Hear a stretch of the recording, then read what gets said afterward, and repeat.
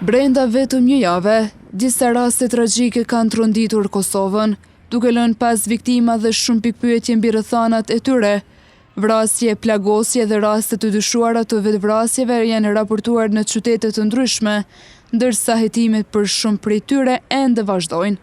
Këto ngjarje kanë shtuar ndjeshëm pasigurinë tek qytetarët, të cilët kërkojnë veprime konkrete nga institucionet. Disa prej tyre thonë se është momenti i fundit për të ndërmarrë masa të ashpra ndaj armbajtjes pa leje. Mu më duket që nuk është mirë me ndodhë këto sane, jo në Gjakoll, po kudo qoftë. E ju kështë në lutë, mju largu, mju përmbajt reglave. Mës më ardhë dhejte të lashet matrona. Duhet më shupe, duhet më respektu, nuk duhet më ardhë dhejte e keqja se është ndomë 2 palë shaktojnë.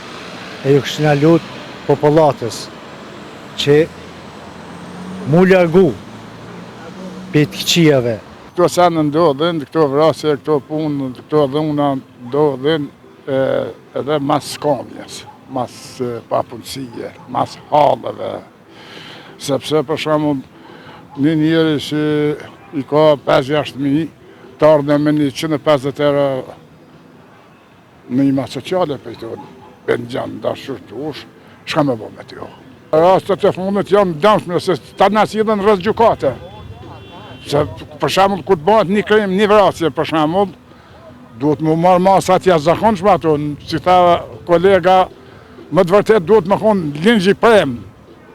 Jo, shkall dhe heci e i pafajshëm, qysh me ta i pafajshëm një e ka havoj.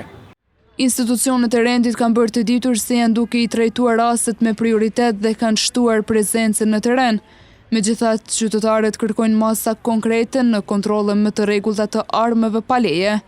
E në këtë kohë kur edhe rastet e dhunës po bëhen gjithnjë më të shpeshta, qytetarët thonë se është alarmi i fundit për të rritur sigurinë e gjithë secilit qytetar e gjithsesi edhe të viktimat e dhunës në familje. Raste këto që shumë shpesh mbesin të izoluara brenda mureve për një kohë.